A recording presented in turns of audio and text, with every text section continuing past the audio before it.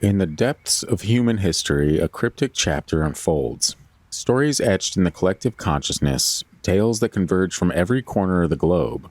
Tonight, friends, we embark on a journey into the heart of the unknown, where the woods harbor more than meets the eye. Deep within the recesses of folklore, we encounter a chorus of cautionary voices, warning of perilous encounters with malevolent entities and disembodied calls that beckon the unsuspecting into the silent embrace of the woods. From the seductive Hulder of Scandinavian allure to the elusive Kitsune of Japan, the spectral wild hunt haunting Europe's realms and Ireland's Aos Sí, our narrative unfolds like pages from a forbidden tomb. As we traverse continents and cultures, these chilling echoes converge, revealing a cosmic thread that binds the tales together. In the twilight of reality, we unveil first-hand accounts from intrepid souls who have had the misfortune of experiencing this phenomenon firsthand and live to tell the tale. Throughout this episode, ask yourself 3 simple questions. Who are these entities? What do they want? And what happens to the unfortunate souls that answer their sinister call? We'll see you on the inside.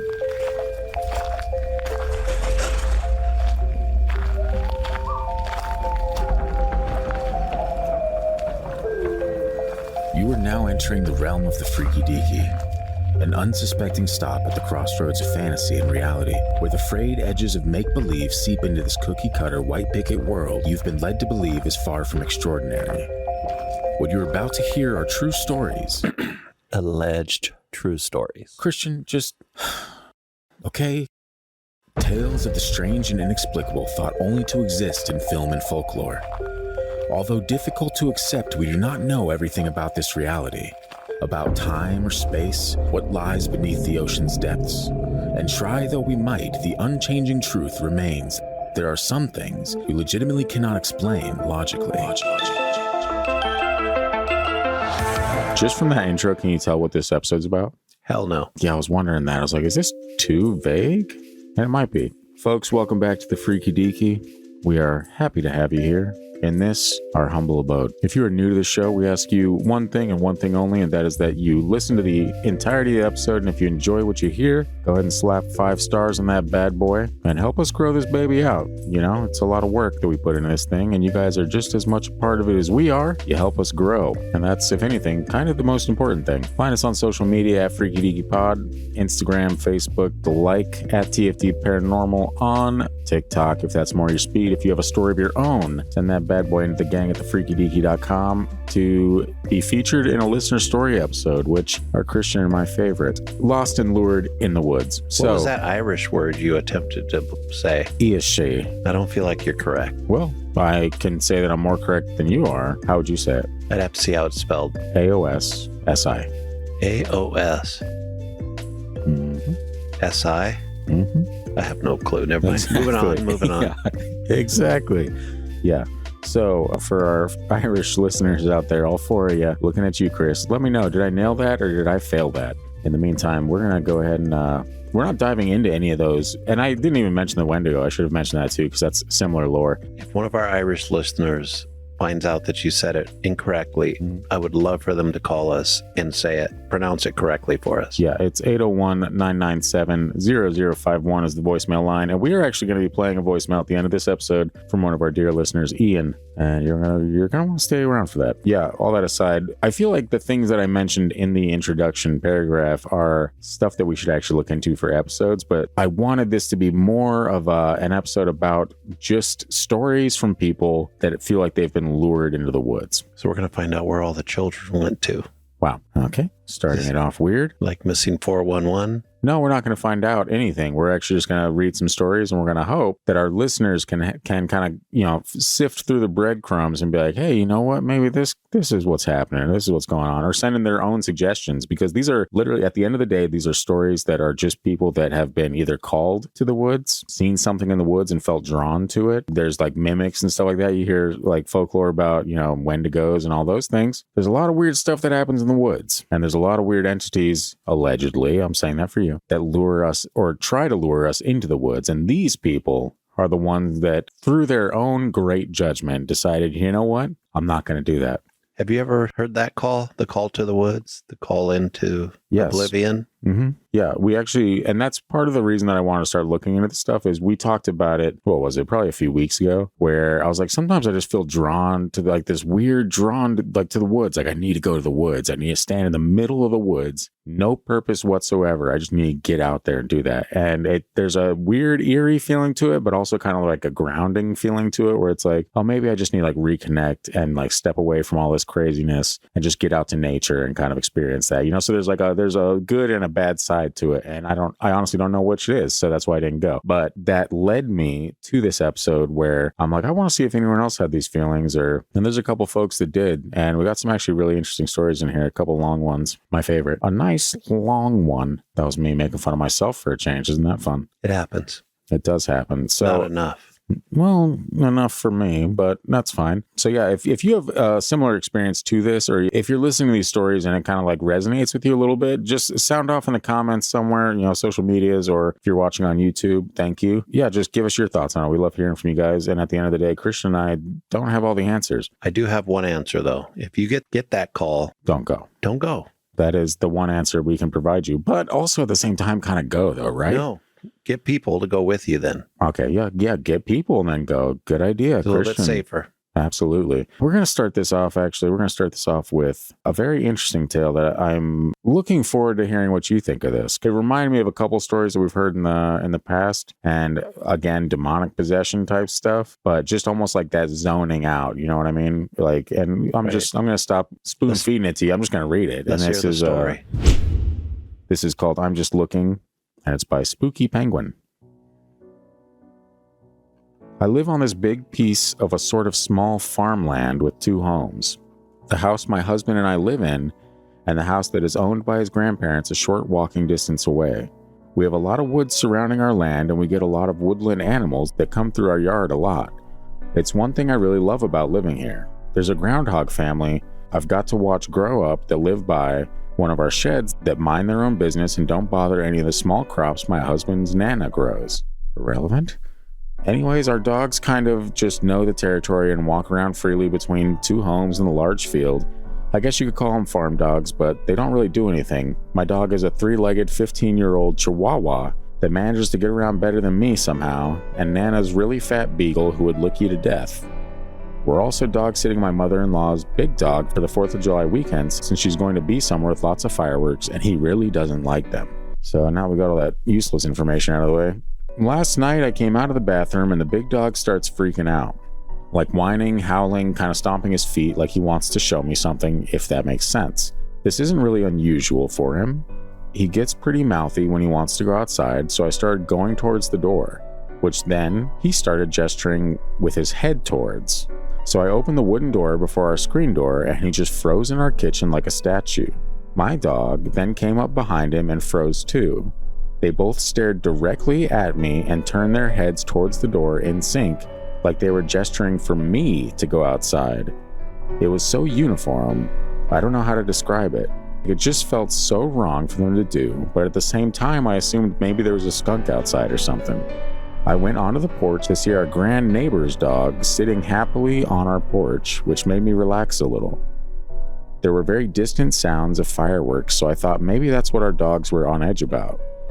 Then the fat beagle on the porch did the same thing, looked at me, and nodded his head towards the woods like a suggestion.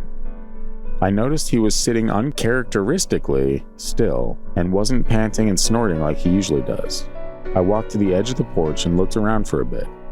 Eventually my eyes landed at this one spot, a perfect hole between the trees that allowed me to stare back deeper into the woods a little bit. And in that spot, I saw a pair of eyes open and blink at me. The rest is kind of a haze. I just remember thinking, you need to go into the woods, over and over again, while urging myself not to do it. Like I was having a battle with a rope pulling me. It suddenly looked like there was grass that was laid perfectly for me to walk on, like I could point out spots that had been tread on by my feet before. The best way I can describe it is like that one Junji Ito story about the fault where people were being lured into their holes. I do not get that reference at all. If someone else out there does, then congratulations. It was like there was a path made for me to walk to this pair of white eyes staring at me from the woods. My husband noticed something was amiss. I guess because he heard the door open and wasn't sure where I was. I always tell him when I go outside to read or sit on the porch for a while. And I just kind of heard him behind me go, "What are you doing?" I remember saying, "I'm just looking." I specifically remember saying that. I would bet money on it that those were the words that left my mouth. My husband kind of started getting worried and started guiding me inside, but I remember saying, "I'm just looking." He finally ushered me inside and shut the door, turned around wide-eyed and kind of questioned, saying, "You do not need to go out into the woods." I was really confused. From what I remembered, from his perspective, what he should have seen was me standing on the porch staring into the woods. I never mentioned anything about walking out there, just had the sensation that I should move. It was then he told me that apparently I kept looking out like I was in a trance and saying different variations of, "I just need to walk out into the woods for a little bit." And I have no recollection of this at all. I've had weird things happen to me before, but this truly fills me with dread. I don't understand what happened, and I'm honestly really frightened about any of us going outside alone for a bit. I really, really feel like there's something trying to lure us into the woods or something.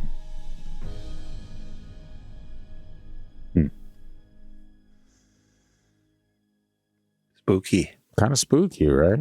Yeah, I have many thoughts. Let's hear some of them, Christian. Let's get them off your chest. Well, like the first part, when the two dogs kind of looked at her and kind of nodded their heads toward the door, I don't necessarily think they were telling her to go to the woods. I think there was like, "You're seeing this too, right?" Like, "My treats are over there. Grab me one." No, I think they were like, "There's something out there.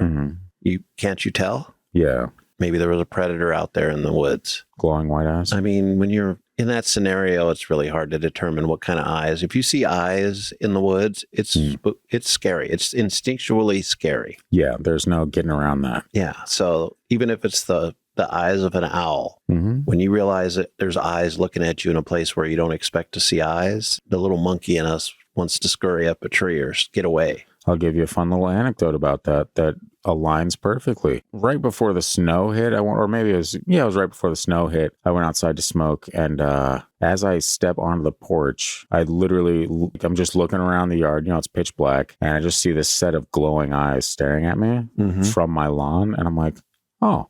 And I remember immediately staring at it for like 4 seconds and be like, "You know what? Fuck that." I turned around, went inside, and I looked out the window in the other room because it was dark. Just two moose laying on the lawn.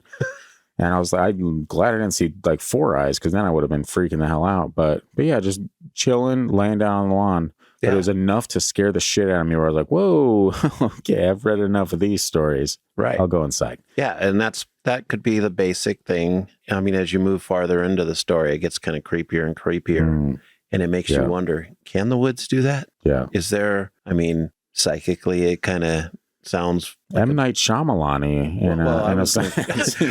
it does, but I was going to say it sounds almost like a Bigfoot calling to you. Yeah, we heard telepathically or whatever. The old mind speak, yeah. But what if it's like Mother Nature trying to end you? Like I've always thought that Mother Nature is pretty good at taking out people when it wants to. Yeah. And could that be part of the call to go into the woods to the point where you're in a trance almost? Yeah, like when cats die, they go and like hide away somewhere. Yeah. You know what I mean? Like they're like, "I'm going to go to a place where no one's going to find me." Yeah. And just disappear. But that's different. That's them just being like, it's time to go lay down somewhere, which is, I think if we lived in that kind of a setting as a human, we would crawl off into the weeds and just lay down and die too. Well, sometimes I feel that way. Where was I going with that? It's like, really, what's this power? I'm not going to dive into it too much right now, because I do want to do an episode on like fairy lore and stuff like that. And actually, I'm going to send you a link to a book that you should read and see if that, like, if you come up with an episode for it, because I'd be interested in seeing your take on that. Okay. But there's a lot of stuff like with fairies and stuff like that. I mean, we hear missing 401 stories all the time, right? But with fairy lore and stuff, there's a lot of speculation around, these entities lure you into almost their realm and then trap you or, let you go or something. I don't know what.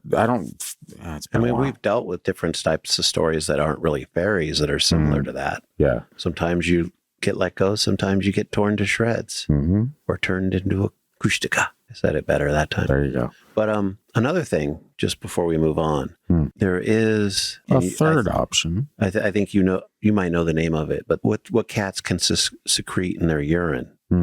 Toxoplasmosis or something like that. Yeah. So it's along that line, yeah. Yeah, and it would make a mouse or a rat docile and trusting in front of them. Yeah. Maybe there's some animal out there that can do this, a predator. Maybe it's a cat. I mean, depending on where this is at, they could have had like a large cat that is able to, bred that, whatever it is, organism, and it gets into a human's body, and maybe they react the same, like, oh, I got to walk out there even though there's a mountain lion sitting over there. Yeah, it is really interesting, the thoughts that come along with these things. Like, I really just need to go take a look in the woods. I just need to go walk in the woods. You're like, why? Where did that come from? And it's definitely not me. Which, again, I say is fine if you're with a group of friends because they can look out for you. Yeah. But if you go off on your own, I mean, there's so experienced hikers and outdoorsmen have just disappeared out of the blue because they wanted to go walk out in the woods. Exactly. Yeah. I think it was a Wendigo story that I heard on a different podcast of this guy that, was out hunting boar in Texas. And he, said usually when you go boar hunting at night, like you go with a group of people for safety reasons, obviously. And he's like, but I just didn't. And he had a terrifying story about, what he saw through his binoculars and whatnot. I'm like, ooh, I do not want to see that at all. First off, you have to wonder about this guy because he went boar hunting by himself. And that's like one of the most dangerous animals to hunt because they're known for they don't mess around. You. Yeah. Exactly. But yeah, it's just interesting. Like I said, all the things we mentioned in the intro, I want to eventually do full-on episodes on because I'm fascinated by all this. But I put them in there for the sole reason that a lot of them have similar threads where it's like mimicking voices or like luring you into the woods or luring you outside or whatever. Like I don't know, man. It's creepy to think about that even being a reality, or a possibility of reality. I'll say for your benefit. But yeah, I mean, well, that call's been there for many thousands of years because it's in the form of myths from pre-recorded history. And this next one that we're getting into is similar to what you said, like have a group of friends or something like that, but it happened to just two friends, and later they were quite shook when they realized what was actually going on. And this next one is from Sloan Frying Pan. It seems as though other people have experienced similar things, so I wanted to tell my story. It happened when I was 10. There was 5 or 6 of us spending the night at my friend C's house. Her parents own a ranch in the hill country region of Texas, and their home was built on top of a hill. Was it a burial ground? Possibly. Other than the dirt driveway up to their house, the hill was wild land covered in cedar trees. It was a clear, slightly chilly night in maybe October or November, but after the sun went down, the moon was out, so we stayed out playing hide and seek using the driveway as base. Their ranch was far enough out of town and well fenced, so our parents didn't really have a problem with it. During one round of hide and seek, me and my friend G were the last 2 hidden, and we were so good at hiding and avoiding the seeker that the seeker found everyone else, or so we thought, and enlisted them to help find us. We had almost made it back to the road when 3 of the girls unknowingly cut us off, and we ducked down behind a ridge of dirt to remain concealed. G chucked a rock across the road behind them to divert their attention. We were waiting for them to get far enough off the road to make a dramatic rush for the safety of base, when I heard what sounded like a rock getting dislodged and sliding down the hill behind us. I thought G might have done it, so I didn't say anything, but she kind of looked at me and asked if I was okay. I was about to reply when we heard what sounded like one of our friends, C, the one whose house we were staying at, calling from way down the hill behind us, saying, "Help me." We bolted straight up and yelled for the others. They came running back to the road and we told them what we had heard. No one had seen C since we had started that round of hide and seek. We took them to the spot where we had hidden from them and called out C's name. For a moment, all was quiet. Then, faintly, even farther down the hill, we heard her say, "Help! I'm stuck." We panicked and ran up the driveway as fast as we could to get to Camille's house. I guess we know what C's name is. I was like, oops. I'm like, how do you say C the entire story and then just forget and then continue a sentence later? Camille just got doxxed. Yeah. We panicked and ran up the driveway as fast as we could to get to Camille's parents. When we burst through the kitchen door, ready to yell for her mom and dad, C was sitting at the bar eating a popsicle. She said, "I wondered how long it was going to take y'all to find me." She gloated. We all flipped out in the way that only 10-year-old girls can. Her parents heard us freaking out downstairs and came down to see what was going on. We told them what happened, and her dad grabbed his shotgun, got in his truck, and went to drive around the ranch, making sure there wasn't anyone on the property who wasn't supposed to be there. But he didn't find anything. I've always wondered what we heard that night. We didn't talk about it much, but I know it remained in all of our minds every time we stayed over there past sundown. Does anyone know what it might have been? Especially since other people seem to have heard little girls' voices outdoors. That's not fun. Mm-mm. And in Texas, was it the Wendigo from my previous story? I don't know. Skinwalker. Possibly. Very, very possible, yeah. A fox calling out in the night that sounded like, "Help me." Yeah, that happens so often. I mean, it does happen. Some of those animals out there will make some baby sounds. Yeah, baby sounds I can understand, but they don't talk plain English to me for sure. Hopefully not, but to 10-year-old girls scared? Yeah, probably not that either. But what do you think it was? That's the question, man. That's like I said, going into this, I do not have the answers for this, but I am wildly fascinated by the idea of it. If it was the 80s, I'd be like Satan worshipers. But since it's not, and since that was fake anyway. Christian, we're not going down that route right now, okay? You're 100% wrong and you know it. I don't think so. But anyway, but anyway, I mean, even there's plenty of creatures that are known to call out to us. Like a Wendigo. Yeah. I mean, Wendigo, but depending on what part of the world you're in, there's a different creature like that. Like an ASC. Yeah. Even a Bigfoot's been spoken of in the same way. Who was that one guy that had the mind speak encounter that was like a big name? I don't remember, but I do remember. He had that show. He was like the real Bear Grylls, you know? Like, who was that guy? Les Stroud? Yeah, Les Stroud. That was it. That's funny. I say the real Bear Grylls. You know, like, oh, I know who that is. But yeah, like his encounter was pretty wild to the point where, if I remember correctly, something was calling to him, and they told him, like, we're right beyond this ridge. If you want answers, then come up here. And he didn't do it. That's how people disappear. Exactly. You know, like, I don't know, man. It's such a fascinating topic that I bet you too. This is the difference between, like, say, somebody that's outdoors a lot and a city person. City person's like, "Hey, Marge, somebody over the ridge needs our help. Let's go help." Yeah. And then you never hear from Henry and Marge again. Mm-hmm.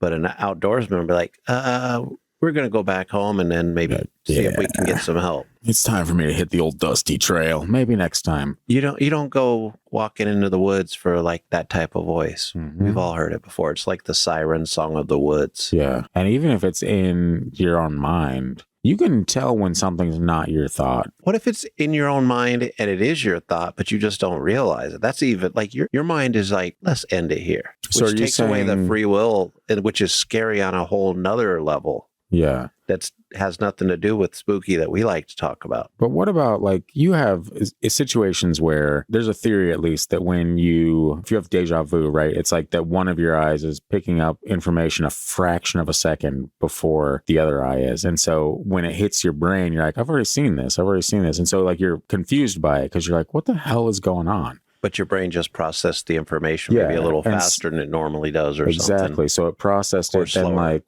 1/100th of a second after that, it processed it again. So in your brain, you're like, I've already seen this. When did I see this? Am I psychic? You know, like, what if it's something like that, but with thought? Like, where your brain processed a thought and then a fraction of a second later, it processed it again. You're like, wait, that's not me. You know, because it seems so foreign when you hear it. The shit's weird either way. Like, let's be honest. Like, there's no getting around the fact that it's creepy as hell. But if there was some kind of rational explanation for it, and maybe there's plenty of people listening to the show that aren't necessarily believers in any of this shit. They just kind of enjoy, I don't know what they enjoy, but they're here.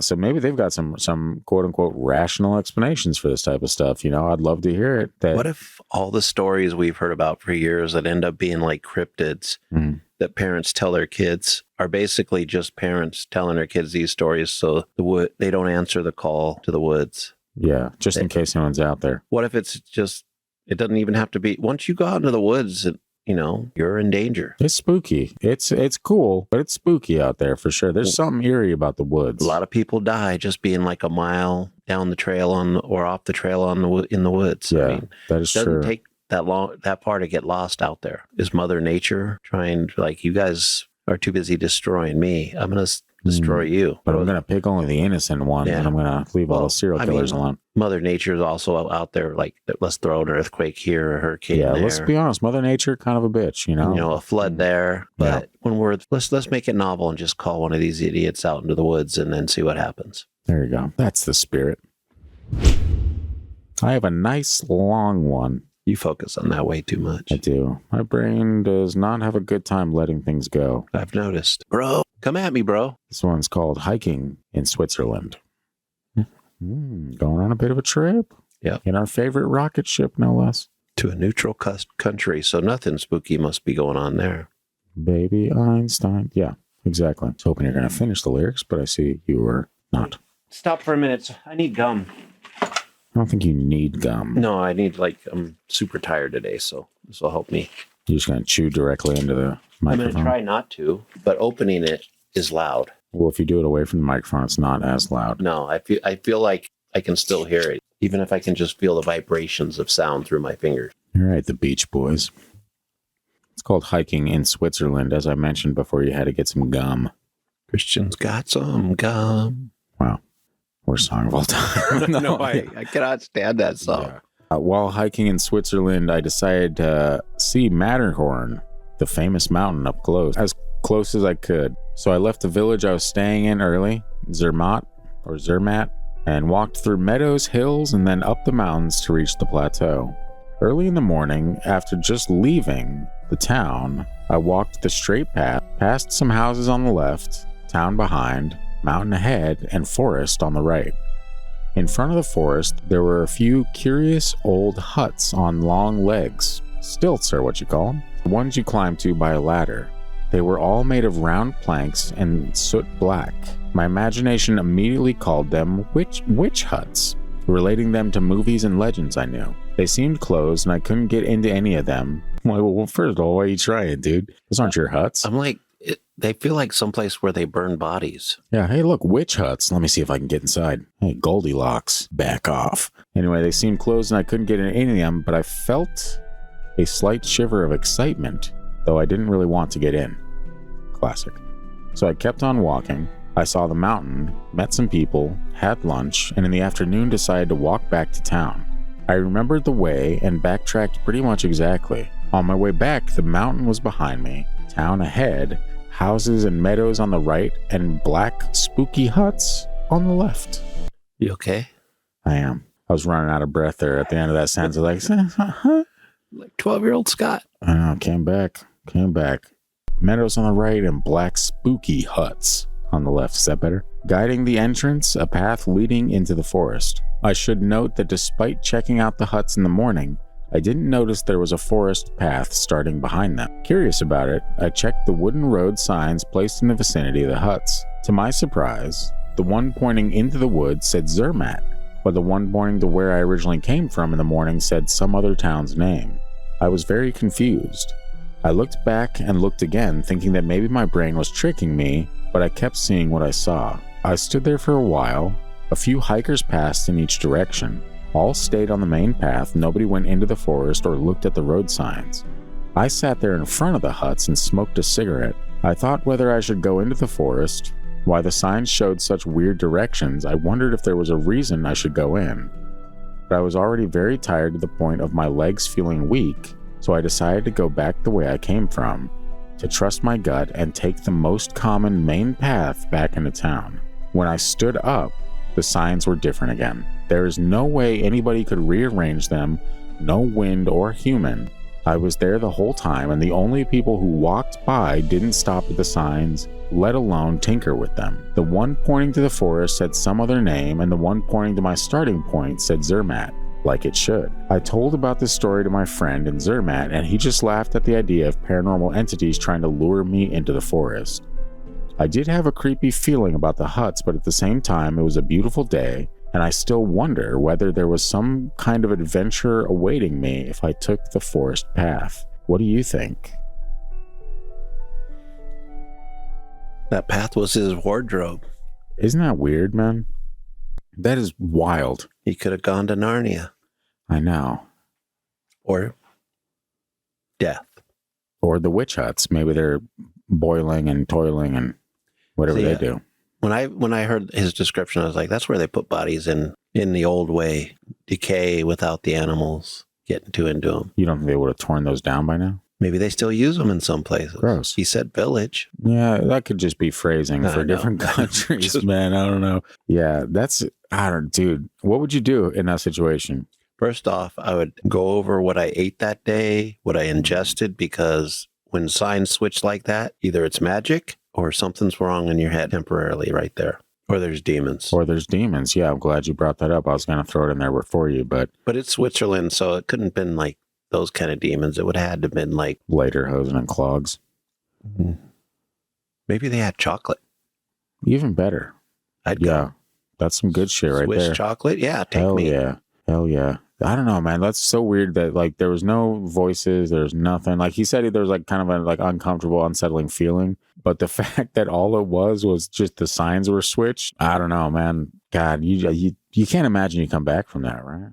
That's got to be something taking you away. Why would they just lead you into the middle of the woods and then do nothing? Be like, oh, haha, I gotcha. And then he just has to walk back to the sign. Yep. Look, we got another one. Yeah. One tree says to another. Seriously, M. Night Shyamalan, he was right all along. We all knew that. Yeah. I don't even think I watched that movie. What was it called? Like The Happening or something like that? Yeah, it was a great premise. Horrible execution though, right? It fell a little short, but I would watch it again. I think it's fascinating every time I see it. Yeah. And it's based on reality. Trees and plants do communicate. That is true. And that is also kind of creepy, but it's fine. Usually honestly. They just secrete something in their bark that keeps the beetles off. But what if one day they determined we were the pest? And we are. They would do exactly what that movie did. And in some cases, maybe they already are. And that's what we're dealing with on this episode is. Well, don't they produce air? Trees in general, right? Theoretically, science says that. Theoretically, those damn scientists, they say that. But isn't it also theorized, or maybe proven at this point, that air is actually toxic to human beings and that it slowly kills us over time?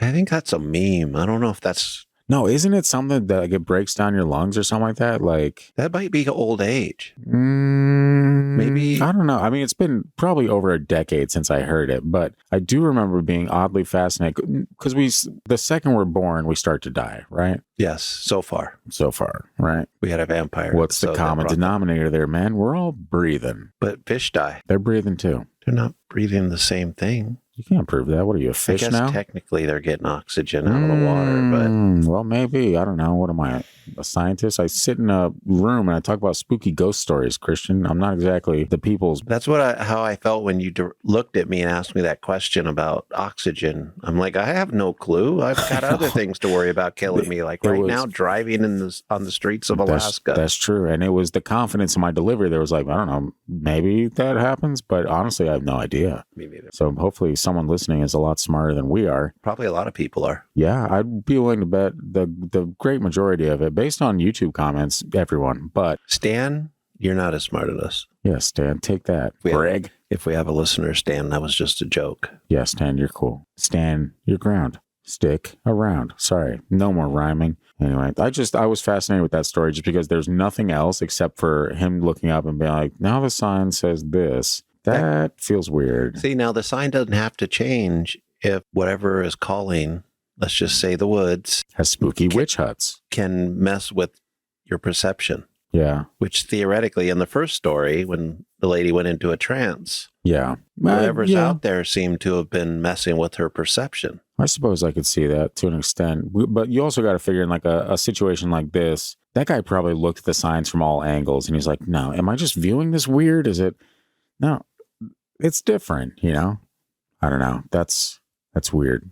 It's like the trees hypnotized him to see the signs the wrong way and lead him to his death. Yeah, exactly, man. So, and in the process, they are properly fertilized with the flesh of a human. The forest grows. Cool. Sustenance.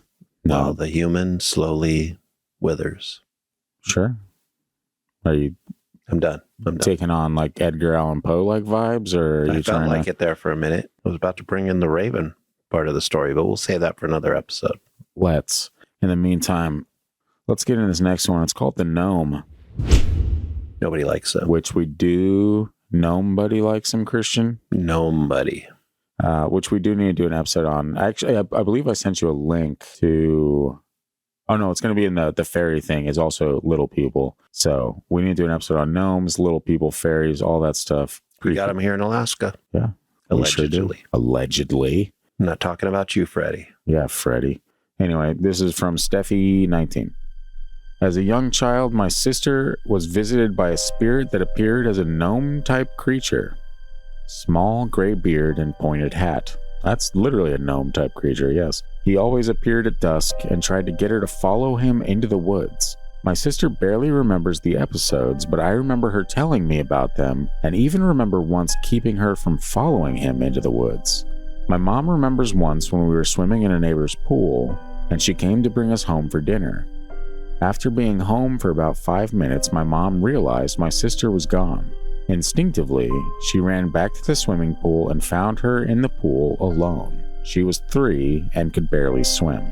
We think this also has something to do with that entity, as she could not have walked that far in that amount of time by herself. Has anyone ever heard of an entity that tries to lure children away? Okay. Monetization revoked. No.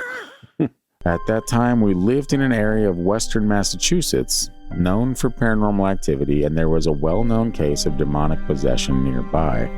Not sure what that has to do with gnomes, but because unless there's a well-known case. To certain people of a certain sect of a religion, anything like that would be demonic, right? Yes, of course, church magic. Yeah, good call there on that button. A dark man in a white suit. Yeah, I thought that one was interesting, man. Yeah, I like gnome stories, but there's some, believe it or not, I've heard, you probably believe it, I've heard a decent amount of them over the years, and there's some very intriguing gnome stories. And, that's when you kind of lose all sense of hope and sanity. You're just like, you know what, fuck it, man. I guess gnomes too, fairies, why not? Where's the unicorns? They got to be somewhere as well, right? The gnomes killed them. Stole the horns and put them as hats. It is written. No, that's what they make their pipes out of, buddy. Wow. Everything's got to be pipes with you, huh? I mean, you work at a weed store for 2 months and suddenly you're the ganja man, and it's all ganja downhill. Gotcha. That's not the case. I was making these references before I ever. That is true. Yeah. Every episode, whether or not, much to my own chagrin, there's some kind of drug reference from Christian. I feel like it's an Easter egg now because it bothers you so much. It's not an Easter egg. More secretive. You're the one that comes out. You work at a weed store, ganja man. Well, I try to keep it at least to where certain people. Their pipes. What else have they? What, like tobacco pipes? Like fucking Gandalf the Grey? And even in Lord of the Rings, they had pipe weed. They did have pipe weed. It's called tobacco. Here you are just assuming it's some hardcore drug.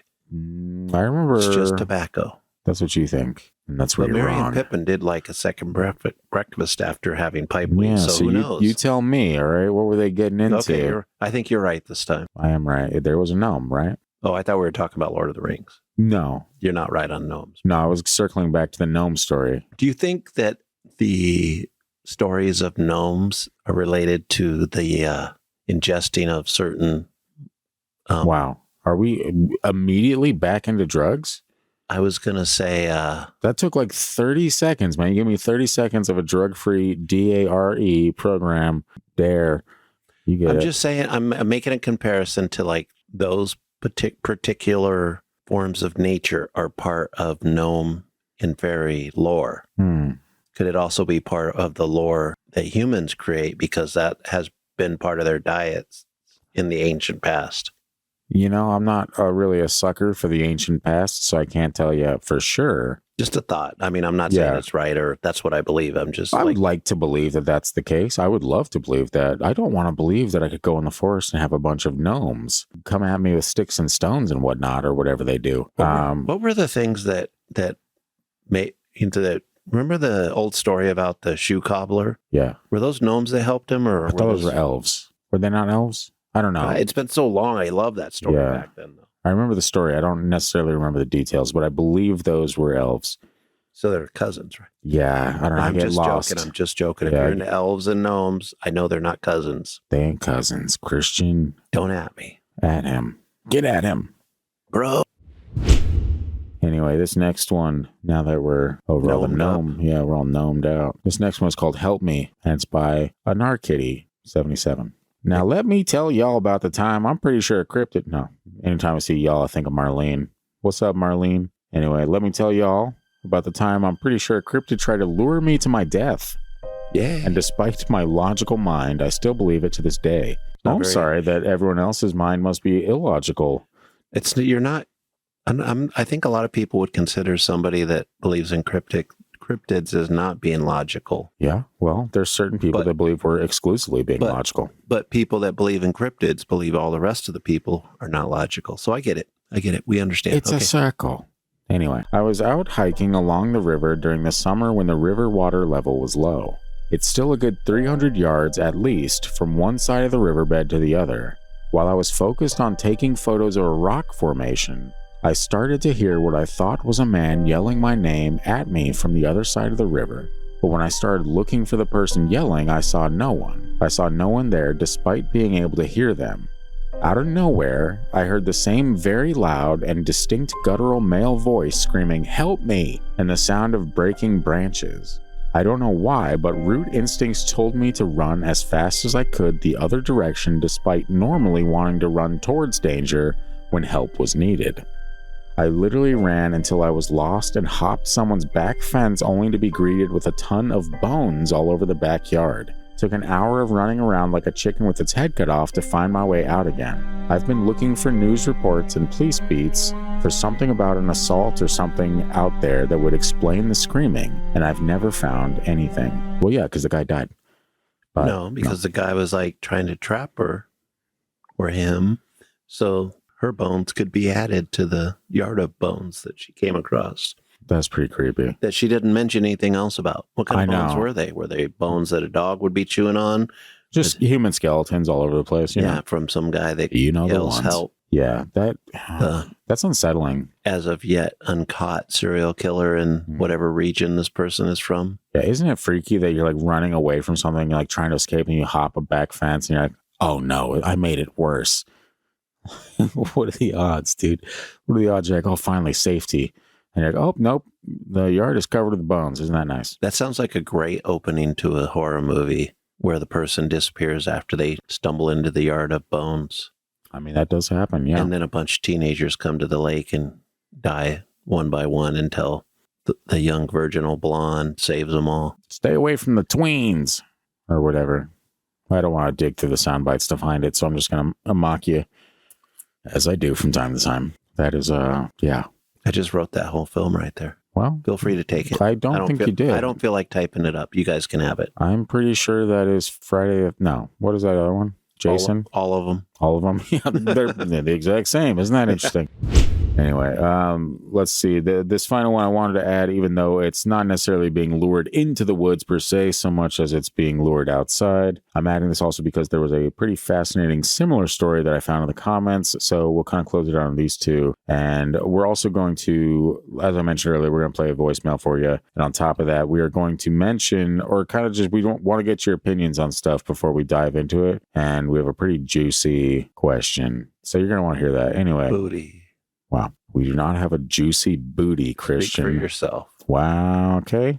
Okay. So this is called Overwhelming Dread, and it's by Grumpy Ghost Girl. Grumpy Ghost Girl. You have a name like that, but you're overwhelmed by dread.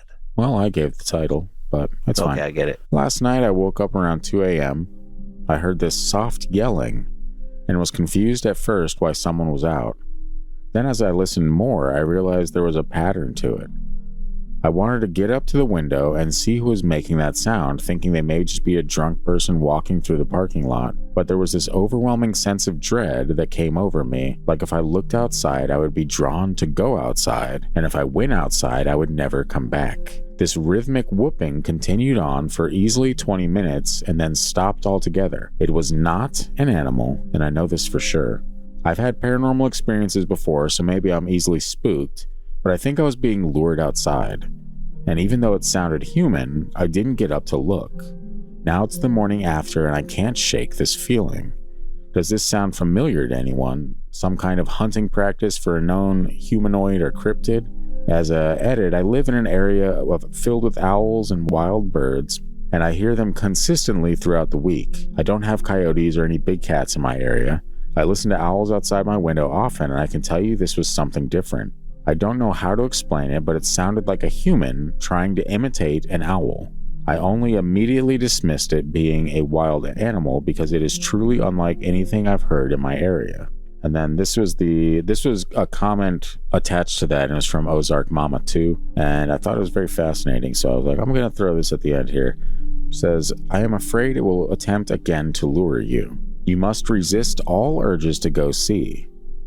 If it is able to make eye contact with you, you're a goner. I am not speaking from personal experience, but from family stories and advice handed down. My great-grandfather told the story about kin coming to visit, and he had to give up his bed and sleep in the attic. One night, while up there, he heard something summoning him to come out to the yard. He said it was creepy and terrifying, but he was compelled to go. He silently crept downstairs to only be shocked to see his own grandpa sitting in the rocker by the fire. This man had been dead for some years already. Gramps and he loved each other dearly, so there wasn't so much fear as just shock. His grandpa said, "Go on back to bed, boy. There ain't nothing good waiting for you out there." Gramps just nodded his head okay and turned around and went back up. Whatever was out there called to him until the break of dawn. It left and... Sorry, I almost sang the song lyrics as soon as I heard break of dawn. Oof. It got me. It called me. No. Anyway, it left and never came back. He told everyone at breakfast about it, and one of the visiting aunts confirmed she had heard the calling too. They would talk of it many times through the years, trying to come to a conclusion. None of them ever doubting that the old man was still watching out for the family that he loved dearly.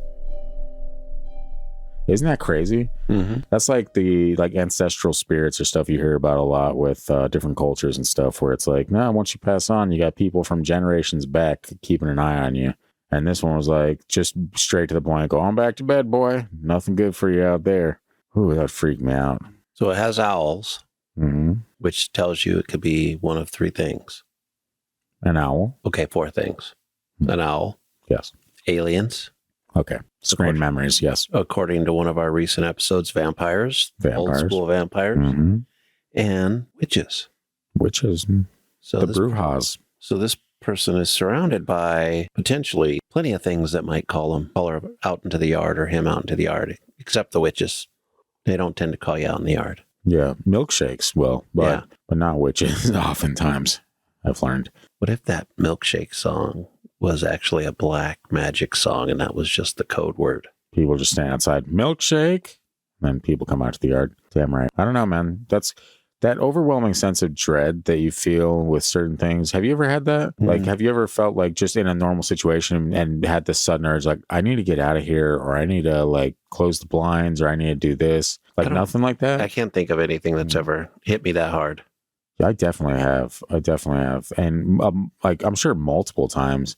And granted, some of the times possibly there may have been reasons for it, but other stuff, it's almost like that internal, that gut instinct where you're like, there's just something weird happening that I need to get away from. Well, and that could be something that is truly there, whether it's some cryptid or demon or alien, our Lord and Savior Jesus Christ. Who knows? It could just be something dangerous that your body picks up on. Isn't it kind of weird that just like it seems random at times? Like it seems like it's just, I'm just going to stand in this yard now. Hey. Well, when you look at maybe some random deaths that occur, like somebody like dies from walking under a coconut tree or something equally ridiculous, and then you're like, okay, maybe that's what those gut instincts or that creepy feeling, that dread was all about. Yeah. It was like a way of maybe even like a form of time travel in a way where some part of you can pick up on what's out there. Yeah. So it gives you an option or a sign,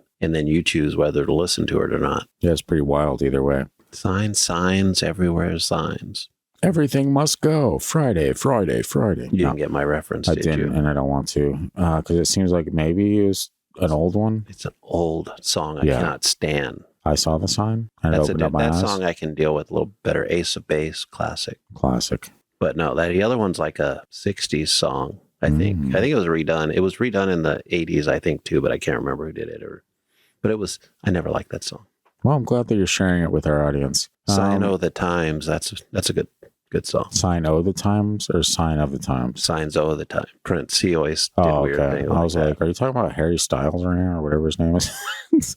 Anyway, that concludes the episode. Give us your thoughts. We have a voicemail or something. No, that concludes the episode. We have a voicemail, but the episode regarding woods and being lured and whatnot is over. Stay tuned. Voicemail on the way. Yeah, these final few minutes are going to be a voicemail followed by, we're just going to pitch something to you guys just to get some opinions from them. But before all that, if you enjoyed the episode, did you say dentine? Yeah. Like, you said pitch something. That was the first thing that came to mind. Dentine ice, like gum? I was like, went way back to when I was a kid and dentine gum was always on commercials. Way before dentine ice. Was there a pitch involved in that? Yeah, it was a commercial. You are grasping. It just took me back for a second, the way you said that. That is a grasp. So, it was. Anyway. It's just like that weird connection that hasn't been made in many years. And just probably shouldn't be into ever again. Existence randomly like a coconut falling on my head. Do you think I should continue my sentence? Yes, go ahead. I'm going to shut up now. Yeah, that's a great idea. Anyway, we're going to pitch you guys on something that I'll just get to it later. This is a voicemail that we got in the other day, and I thought it was hilarious. I'll be the judge of that. You will be the judge of that. And this is from our boy Ian in Wisconsin, who, as we all know, is replacing Christian on the show. Take it away, Ian. Scott, my man, this is Ian in Wisconsin, and I just wanted to wish a special Christmas time, come at me, bro, to Christian. Thank you for all y'all do.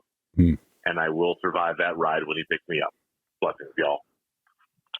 Are you aware of the reference? Is he trying to taunt me? Yeah. I think it was because you said you were going to fight for your right to party, so to say, to stay in the hot seat. I got it, man. I played hockey. And, yeah, that's true. Ian, to be honest with you, Christian was apparently somewhat of a goon based on information that came to light recently. So I have been told that before. I think I was just looking out for my teammates, but that's the spirit. Yeah. Maybe other opponents didn't think the same thing. Yeah. But hey, if they wouldn't have started the crap, I wouldn't have messed with them. He wouldn't have finished the crap. I wouldn't go there because... No. Yeah. So anyway, Ian, thanks for sending that in, dude. That was hilarious. Thanks, Ian. Made my day. And I know it's well past Christmas at this point when it comes out, but our schedule was a little bit ahead because I had family in town. You know the gist. So anyway, that is behind us now for the time being. Bro. And now on to Ian's no bro of mine. It sounds like, come at me, bro. Yes, church magic. I almost did that perfectly to what it sounds like, but yeah. So now on to something very weird to close this out completely. Guys, Christian and I recorded an episode last week. As I mentioned previously, Christian is working at a dispensary of sorts now, so he has access to a fantastic array of products. If you're into that kind of thing. If you're into that sort of thing, which we are, turns out. So last week when we were recording episodes, he brought over a cherry limeade that was just banging. And your boy, well, I think we both got a little high, right? It hit me more than usual. I had less than you. Yeah, I drank way too much of it. And that was evident in the episode. So we have had this kind of running joke that we want to start a show called Strange Highness as like an add-on to this. And it would be under the TFD After Dark umbrella, where pretty much every week or whenever we release the episodes, we would pretty much just partake in some kind of, legal, I should say that, legal. Yeah, we're not doing anything illegal. Yeah, incredibly legal THC products. Legal in Alaska, where we are recording this. Government, I know you're listening. And so we thought it'd be a hilarious idea to just do a random episode every other week or every week or something like that, where we partake in a specific product and then we talk about some weird paranormal stories. And so we kind of want to get we've never actually talked about it openly. I think the first time we mentioned it was actually on Alaska Wild. And I'm sure there's people that have figured it out over the handful of years we've been doing the show now that, you boys occasionally get a little weird, as is the premise of the show. But we're like, no, that's kind of out there, and that, we shared that information publicly. We should open up on some of these shows that we've kind of wanted to do for a little bit, but we also want to get your opinion on it. Like, we're not trying to rub people the wrong way, or suddenly people are going to be like, oh, the Satanists or whatever. Like, yeah, I don't know. They'll say that all of a sudden they say it about you, not just me. It's going to be me for sure, because they're going to be like, well, Christians can't smoke weed. And hey, spoiler alert, you can, especially if you have an overactive imagination and mind and you need to chill the hell out before you go to bed. Your boy partakes. It was a really interesting episode. The stories were fantastic that Christian provided. I just didn't want to dump it on our listeners immediately and have them be like, what the actual fuck is this? I've listened to the show for years, never had this. And so we're considering, people have asked us to do like Patreon programs and all that shit. And we haven't set it up for the reason that we really didn't have anything that we wanted to do beyond that. But we do have several different show ideas that we kind of want to maybe start recording now, so we can start putting stuff under that umbrella. And with our YouTube now, we have access for memberships and stuff like that. So if we charge like, I don't know, $7 to $10 a month or something like that for a few extra shows, like a few different programs that we kind of put together that are fun and interesting, and if people that want to support that way can do that, gain access to extra content, stuff like that. But we haven't even started doing any of that because I wanted to pitch the idea to our listeners first. You guys are once again the very lifeblood flowing through this program, and if that is something that you'd be interested in, then say hell yeah. And if that's something you wouldn't be interested in, then just keep it to yourself, okay? No. You can let us know, obviously. Like, I know there's a lot of people that are kind of torn on that subject, and I know a handful of our listeners, especially in the Facebook group, that get blitzed out of their minds probably every single day. So they probably wouldn't mind as much, but... How dare you? I know. I'm just throwing this out there as a fun little idea for us to kind of let loose a little bit and have some fun with the show. And people that enjoy the show, I think, would enjoy that episode, especially if you're into the comedy aspect of the show and not so much on, you need to teach me about Bigfoot, because we don't do that. So, just let us know, especially if you're in the Facebook group. Comment somewhere. Teresa probably did a new episode day graphic. Just comment on that and say what you think. If you'd be down for it, if you are offended that we even brought it up, or if you wish that we'd just go die, because maybe not the last one. If you wish for us to go die, I think you need to find Jesus. And I think you need to find another podcast to listen to, because it's really weird that you're hanging around. I'm not going to say his name. So anyway, give us your thoughts on that. Again, you guys are just as much a part of this as we are, and we want to make you feel included when we branch out and try new things. So wait, what are you saying? That they'll let us know whether we should release this episode, or it's if we should take this in a direction. The episode's coming out. Okay? It'll probably be next week. Like I just switched this week's with that one, so we can give people a heads up and be like, hey, just so you're aware, if you see the title Strange Highness anywhere, then know going into it that we're going to talk about strange things while we're fucking high. Maybe not too bad. I wasn't that bad, but Scott had way too much hilarious. limeade. Okay, it happened. There was way too much. It was tasty, and I was parched. Okay, it happens. It is a tasty drink. It is very delicious. Yes, and if that tickles your fancy, or if you're not into that type of stuff, just look for the title name. If it says Strange Highness on it, just know it's not for you. You probably won't enjoy it. I don't like laughing. I don't like having a good time. I hate fun. Then right off the bat that's not for you. But if you're into that type of stuff, you're gonna enjoy it, and it's a different side to what we normally do. So with all that being said, we hope you do enjoy it, and we hope to hear your feedback. If you want to give us your feedback directly, join the Facebook group, comment, as I mentioned, send us an email to thegang@thefreakydeaky.com. Maybe don't send us an email, because you're gonna be your true self on an email, and that's gonna be long as fuck, and your boy doesn't want to read that. Okay, I do it enough with the YouTube comments. Comment somewhere and be like, I'm down, or I'm not a fan of that idea. That's all you gotta do. In the meantime, find us on social media @FreakyDeakyPod. Send your stories to thegang@thefreakydeaky.com, and we will see you right back here next week, where Christian is gonna get a little demonic again. Can you? Actually, no, not again. Well, actually, yeah, because that's the episode that I was just talking about. There may be a demon or two. And Strange Highness. Oh yeah. Yeah, that's the episode that's coming out next week. So it worked out either way. And then after that, there's 2 in a row, Christian? Really? No, there's a couple crazy stories in that Strange Highness. Is my boyfriend a demon? So anyway. To be determined. Yeah, we will see you right back here next week on the Freaky Deaky. Goodbye. See you later. Goodbye.